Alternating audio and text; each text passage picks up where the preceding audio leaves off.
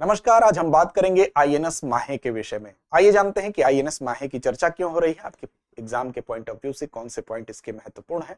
शुरुआत करते हैं आईएनएस माहे के बारे में बात करना। क्यों बात हो रही है? इसलिए बात हो रही है क्योंकि 24 नवंबर को जो भारतीय नौसेना है उसमें इसकी कमीशनिंग की जाएगी। तो हमारी खबर यही है कि आईएनएस माहे की जो कमीशनिंग होने वाली है वो कब होने वाली है?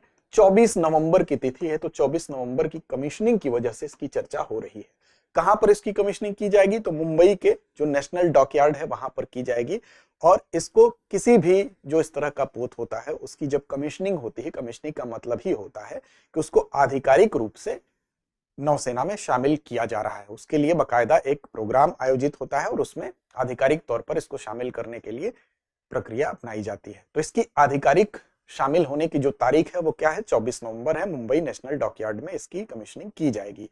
ये किस प्रकार का है? इसकी श्रेणी क्या है? तो ASW-SWC माहे श्रेणी का यह पहला युद्धक पोत है।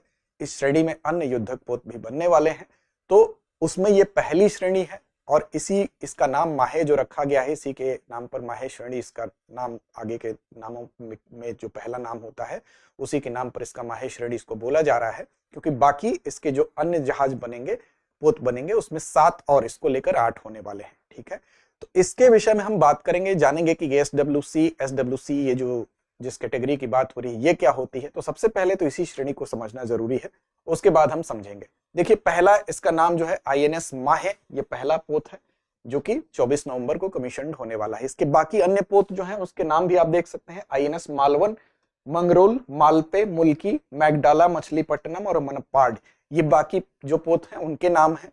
तो पहले का कमीशन हो रहा है कब? 24 नवंबर को। यह तिथि आपको याद रखना है। अब इसके विषय में बात करेंगे कि ये क्या है। सबसे पहले तो ASW-SWC क्या है। देखिए, इसकी इंपॉर्टेंस, एक कारण इंपॉर्टेंस इसका और है क्योंकि ये स्वदेशी जहाज निर्माण के क्षेत्र में एक मील का पत्थर साबित हो रहा है। इसकी कमीशनिंग इसीलिए और महत्वपूर्ण है। और ASW का मतलब होता है एंटी सबमरीन वारफेयर। ASW का मतलब क्या हुआ? Anti submarine warfare. Anti submarine warfare हो गया आपका ASW, और दूसरा था SWC यानी कि शैलो वाटरक्राफ्ट। SWC मतलब क्या हो गया? Shallow watercraft.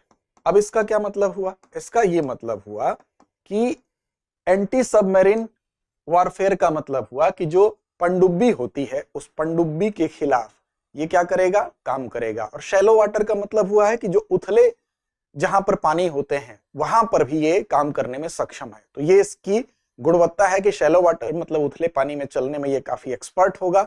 और साथ साथ दूसरा एंटी सबमरीन का मतलब परमाणु रोधी जो वारफेयर है, जो पनडुब्बी रोधी वारफेयर है, जो पनडुब्बियां होती हैं जो जल के अंदर होती हैं उसको रोकने का काम भी ये करेगा।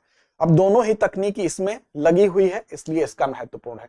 अब देखिए, ASW-SWC की अगर बात करें तो इसके तहत अगर आप देखेंगे तो CSL यानी कि कोचीन शिपयार्ड लिमिटेड और साथ साथ GRSE, ध्यान रखिएगा, CSL और GRSE।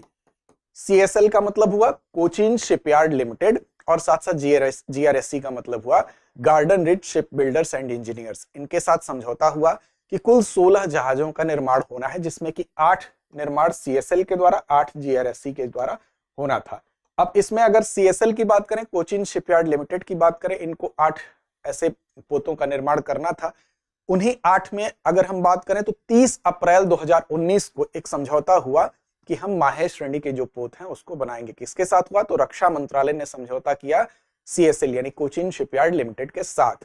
और इनका काम क्या होगा? तो पुराने जो अभय श्रेणी के जो पोत थे उनको ये क्या करेंगे? प्रतिस्थापित करेंगे। तो अभय श्रेणी के जो पुराने पोत थे उनको प्रतिस्थापित करके माहे श्रेणी के पोत में जो पहला आईएनएस माहे है वो 24 नवंबर को इसकी कमीशनिंग हो रही है। अब देखिए, इसकी जो खासियत है ये क्यों भारत के लिए महत्वपूर्ण है, तो इसके विषय में हम थोड़ा सा माहे की विशेषताओं को भी देखेंगे। माहे की विशेषताओं में एक तो 2 क्वालिटी इसके नाम में ही आप समझ गए कि एंटी सबमरीन है यानी कि परमाणु पनडुब्बी रोधी जो है ये वारफेयर है, और दूसरा है कि शैलो वाटर क्राफ्ट का मतलब हुआ उथले पानी में चलने में सक्षम है। अब इसकी वजह से क्या होगा? इसकी वजह से ये होगा, एक तो इसका आकार छोटा है लेकिन पावर इसका कम नहीं है। पावर ये पावरफुल काफी है। तो आकार जब छोटा होगा, सपोज दैट कोई गाड़ी आपके पास है जिसका आकार तो छोटा है लेकिन गाड़ी पावरफुल है, तो वो भीड़ में भी इजिली क्या करेगी? मूव कर सकेगी। और साथ साथ उस आकार ज्यादा बड़ा नहीं होने से, अगर छोटा आकार है तो उसमें फुर्तीली होने की एक जो गुणवत्ता है वो इसमें देखी जा रही है। तो ये कहा जा रहा है कि छोटा तो है लेकिन इसकी गति जो ठीक ठाक है, 25 समुद्री मील तक इसकी गति जो है, और साथ साथ फुर्तीला है, मतलब चारों दिशाओं में ये मूव कर सकता है। और स्टील्थ है, स्टील्थ का मतलब होता है कि रडार की पकड़ से ये बचने में सक्षम है। अगर विस्थापन क्षमता की बात करें तो 1100 टन क्या है इसकी विस्थापन क्षमता है। 1100 टन का मतलब हुआ कि ये किस चीज को दर्शाता है कि इतना पानी विस्थापित कर रहा है, मतलब इसके आकार, इसके वजन को दर्शाता है कि इतनी कैपेसिटी इसकी है। साथ ही साथ ये इसमें टारपीडो भी लगे हुए हैं, पनडुब्बी रोधी रॉकेट लगे हुए हैं। अगर ये अंदर सोनार टेक्नोलॉजी लगी हुई है, रडार लगे हुए हैं, जिससे कि ये पानी के अंदर भी सारी खबर रखने में, किसी भी खतरे को ये फिल्टर करने में सक्षम है। नौसैनिक बारूदी सुरंग बिछाने में भी ये सक्षम है, यानी कि हम इसको इस्तेमाल कर सकते हैं नौसैनिक बारूदी सुरंग। अगर कोई ऐसा खतरा हमको दिखाई देता है भारतीय नौसेना को तो वो इसमें भी सक्षम है। साथ साथ जो तटों पर, जहां पर पानी की गहराई ज्यादा नहीं होती है, वहां पर इसके मूवमेंट होने से फायदा यह है कि वहां पर अगर किसी भी प्रकार की तस्करी हो रही है, अवैध घुसपैठ की कोशिश हो रही है, या फिर वहां पर अवैध रूप से मछली पकड़ने का काम हो रहा है, तो उसको रोकने में ये सक्षम होगा।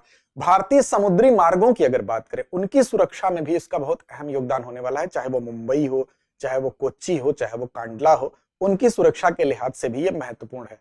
अब दूसरी सबसे महत्वपूर्ण बात तो यही थी कि इसमें जो स्वदेशी तकनीकी का इस्तेमाल किया गया है, और 80% से ज्यादा इसमें जो तकनीकी है, 80% से ज्यादा चीजें, डिजाइन और इसके निर्माण में जो चीजें हैं वो क्या है, स्वदेशी तकनीकी से निर्मित है।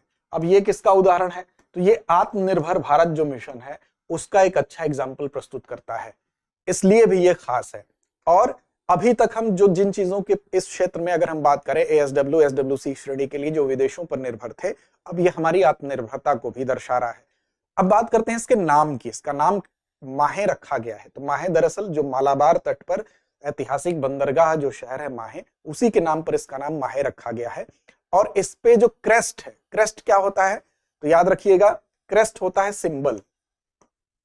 और ये किसी भी जहाज पर जो क्रेस्ट होता है, सिंबल होता है, वो उसके एक प्रतीक के तौर पर, एक पहचान के तौर पर, और किस आइडियोलॉजी को ध्यान में रखते हुए, उसको किस विरासत को ध्यान में रखते हुए उसको दर्शाया गया है, वो उसका भी द्योतक होता है। तो देखिए ये क्या है, छोटा है, फुर्तीला है, गतिशील है, बहुत कम छोटे आकार में पावरफुल ज्यादा है। तो इस पर जो क्रेस्ट बना हुआ है, जो सिंबल बना हुआ है, वो बना हुआ है उरुमी। याद रखिएगा क्या बना हुआ है, तो उरुमी बना हुआ है। और उरुमी क्यों बना हुआ है, तो उरुमी है क्या, तो उर्मी आप जानते हैं कि केरल में कलारीपयट्टू। अब इसी में जो एक मार्शल आर्ट होती है, यहाँ की एक परंपरागत मार्शल आर्ट होती है, उसमें तलवार जो प्रयोग किया जाता है, कलारीपयट्टू में जो तलवार प्रयोग किया जाता है वो बहुत लचीली होती है तलवार, और उसी का नाम उर्मी होता है। और इसी उर्मी को यहाँ पर क्रेस्ट में, यहाँ पर एक सिंबल के रूप में दर्शाया गया है।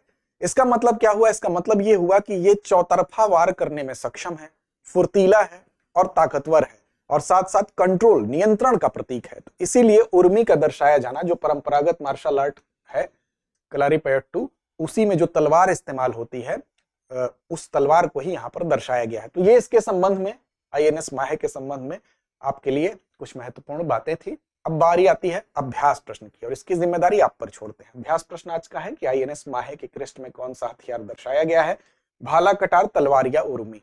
तो इस प्रश्न का जवाब कमेंट बॉक्स में दीजिए। लड़ते रहिए, अपने लक्ष्य की ओर बढ़ते रहिए। अब एग्जाम की तैयारी को और बेहतर करने के लिए हमारे चैनल को लाइक, शेयर और सब्सक्राइब करना ना भूलें।